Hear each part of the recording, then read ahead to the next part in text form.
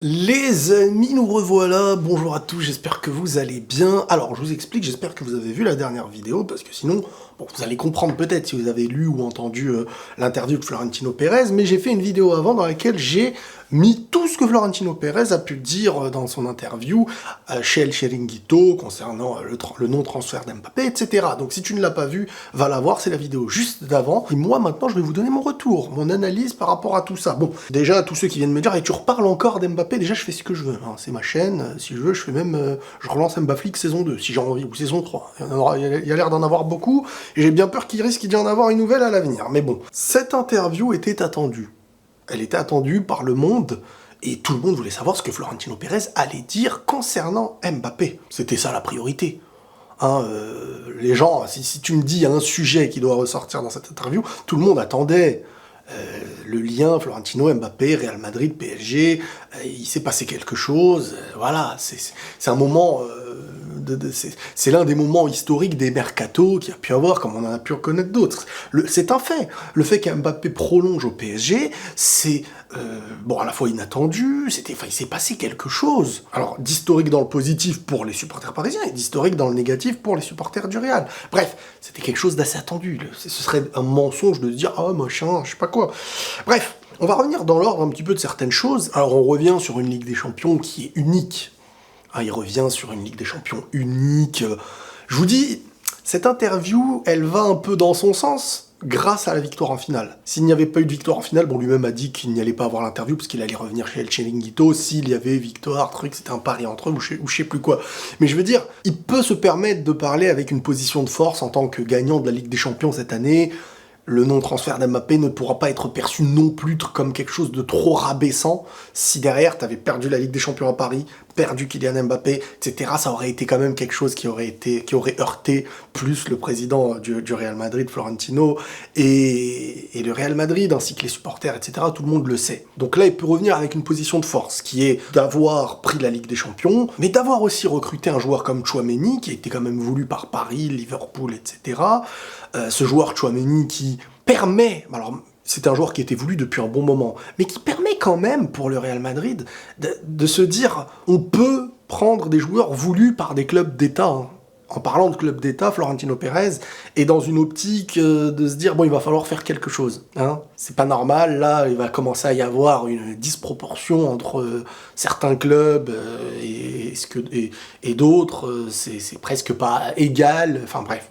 Le Real aussi a eu ses moments où, on va pas se mentir, le Real a eu ses moments aussi où ils étaient plus puissants par rapport à d'autres clubs et pouvaient se permettre des choses que d'autres clubs ne pouvaient pas se permettre. L'avantage, comme il le dit aussi, c'est que le Real Madrid, c'est un club où presque tous les grands joueurs voudraient jouer. Par son histoire, par le lobby qu'il peut y avoir autour quand t'es là-bas, les ballons d'or. Regardez, Barça, Real Madrid, enfin voilà, les gens disaient il y a 2 ans encore, oh mais ça y est, c'était avant les ballons d'or en Liga. Bah non, cette année Benzema, voilà. Ces clubs-là ont le truc pour que quand tu gagnes avec, on s'en rappelle bien plus qu'ailleurs, et surtout, étant donné que c'est le plus grand club de l'histoire du foot, et ça je l'invente pas, il suffit de regarder, enfin bref, quand tu gagnes là-bas, t'as gagné là où les plus grands ont gagné, donc tu marques ton nom dans quelque chose où les plus grands ont marqué leur nom, ce qui fait que y a une facilité à promouvoir, on va dire, un ballon d'or au Real, au Barça, etc. C'est très rare que quand tu gagnes Ligue des Champions au Real Madrid, le ballon d'or... sortent soit un mec de Chelsea, de MU ou d'ailleurs. C'est presque impossible. Donc il y a cet avantage d'avoir pris Tchouaméni, de se dire que bon, on attire quand même les grands, et même si d'autres grands clubs d'État les veulent, Madrid est toujours un club qui attire, et ça c'est bon pour l'ego, pour le président et pour le club, et de se dire que voilà quoi, surtout après l'échec Mbappé. Bon, il est dans une interview où il va dire des choses, mais il ne montre aucune hostilité envers personne. Bon, montrer aucune hostilité, c'est aussi la manière intelligente de pouvoir pointer du doigt des problèmes sans qu'on puisse dire derrière tu as fait ça parce que t'es vénère, parce que t'es dégoûté, parce que... Donc, dans un sens, c'est intéressant. C'est intéressant parce que ça permet d'avoir une vision plus lucide. Je trouve qu'elle est assez tôt, qu'elle intervient assez tôt, cette interview. Fallait que ce soit Florentino, parce que moi, je vous le dis, 6 mois, vous m'avez vu parler à chaud quand le transfert ne s'est pas fait. Peut-être que dans 1 an, j'aurai un discours un peu plus apaisé. Vous comprenez. Et je trouve qu'il a un discours qui veut dire beaucoup de choses. Il y a beaucoup de messages qui sont envoyés dans cette interview par rapport à Kylian. Déjà, les choses, elles sont claires. Il envoie le message à Kylian que s'il veut venir au Real un jour, cette porte n'est pas fermée. Alors, je sais que beaucoup vont s'agiter, là, tout le monde va s'énerver. C'est assez tôt pour le dire, je trouve, mais est-ce que ça veut pas dire aussi que, frérot, le club est ouvert, mais si tu veux y venir, tu sais à quoi t'attendre. Et que, j'ai envie de dire, le discours maintenant ne sera plus le Real ne revient pas à la charge, mais plutôt, si tu veux aller au Real, peu importe qui t'es, peu importe le moment, c'est toi qui t'adapteras. Et avant, le discours, c'était si Madrid vient et que tu refuses, le train ne repasse pas. Maintenant, le discours, c'est un peu plus si Madrid vient, que ça ne s'est pas fait, tu sais que si tu veux venir un jour, parce que le Real est ouvert à tous les grands clubs, tu t'adapteras et tu seras comme tous les autres joueurs, à l'inverse de ce qui s'est passé cet été avec des droits plus grands que certains, etc. Donc il a bien utilisé, on va dire, le discours pour ne pas fermer la porte. Il ne veut pas fermer la porte à Mbappé. Je pense que Florentino Pérez pense au Real Madrid et à son entreprise. Il se dit, bon, si à un moment, il sait que le rêve d'Mbappé, c'est le Real Madrid, et il se dit, bon, il s'est passé quelque chose, ça va peut-être énerver, mais je vois sur du long terme. Ce gars a signé que pour 3 ans, il risque pas de partir encore, il risque pas d'attendre d'être libre, et peut-être que dès cet été, voire l'après-JO, moi je pense que ce sera pour l'après-JO que les choses vont commencer à s'agiter, il pourrait peut-être décider de revenir. Sauf que là, le truc sera tourné en sorte que ce n'est pas le Real qui va vers lui, mais plutôt lui qui irait vers le Real, et si lui veut vraiment y aller, bah ça, le discours pour essayer d'apaiser un peu plus les tensions qui existeront, et il y aura toujours un truc avec les supporters madrilènes qui s'est cassé, ça c'est clair et net, mais je pense que les choses vont s'apaiser avec les années, et que si le joueur fait un pas plus tard, là je vous dis comment j'interprète le truc, hein, je vous dis pas ce que moi je veux ou ce que je veux pas, et ben je pense que Florentino ne veut pas mettre une croix dès maintenant pour montrer à Kylian que le Real lui est toujours ouvert, mais attention, comme il le dit lui-même, personne au-dessus des autres, et que le Kylian Mbappé qu'il a eu face à lui sur les 15 derniers jours, c'est un Mbappé qu'il n'a jamais vu. C'est un Mbappé qu'il ne veut pas. Le Mbappé qui devient au-dessus des gens, selon les propos de Florentino. Un Mbappé qui est prêt à refuser des actes commerciaux avec son équipe nationale et tout. Bon, moi, vous avez mon avis là-dessus. Moi, je pars du principe on ne peut pas imposer à un joueur. Si c'est une publicité pour je ne sais quoi, il y a des choses sur lesquelles tu ne peux pas être contre. Mais tu peux être contre la malbouffe. Tu peux être contre des produits alcoolisés. Tu peux être en désaccord avec certaines choses. Donc, je pense qu'il devrait y avoir en interne, et ça, je trouve intelligent que l'image du joueur soit aussi un petit peu ne pas soumise à 100% à des choses qui pourraient être en désaccord avec sa philosophie, sa vision de la vie. Ça, moi, je l'ai toujours dit la dernière fois, hein, c'est pas parce qu'il vient pas au Real que je vais faire le mec maintenant, il fait n'importe quoi. Ça, pour moi, je suis désolé, on n'impose pas à des gens, même si c'est des sportifs, même s'ils ont signé dans un club, même s'ils sont en équipe nationale, on leur impose pas certains trucs marketing. Alors, dans ce cas-là, il faut peut-être déduire, s'il faut, l'argent que ces joueurs touchent, s'ils en touchent par rapport à ça. Mais voilà, tout ce qui est alcool, tout ce qui est jeu de hasard, tout ce qui est paris sportif, tous ces trucs, pour moi, un joueur a le droit de dire je ne veux pas que mon image soit maintenant associée à ça. Et là-dessus, moi, je ne peux pas cracher sur un joueur qui fait ça. Maintenant, il faut un arrangement, il faut discuter, et il faut pas se dire c'est moi qui contrôle non plus à 100% tout. Parce que quand tu signes dans un club aussi, il y a une part dans le club qui gère ta publicité de certaines choses. N'oubliez pas que quand vous signez un joueur, vous signez aussi son image d'une certaine manière, et forcément, quand tu achètes Beckham, si Beckham ne veut pas participer aux publicités, tu retires 70% de l'intérêt du joueur que tu as en l'achetant. Bon, le mercato est en pause pour l'instant. Il évoque, par contre, je sais pas si c'est moi qui ai fait une erreur ou c'est la traduction, il a été évoqué que 3 joueurs sont partis, 3 joueurs ont été achetés. 3 joueurs sont partis, oui, Isco, Bale, Marcelo, mais il n'y a eu que 2 joueurs qui sont venus, Tchouaméni, Rudiger, ou j'ai un trou de mémoire, en fait, je sais plus.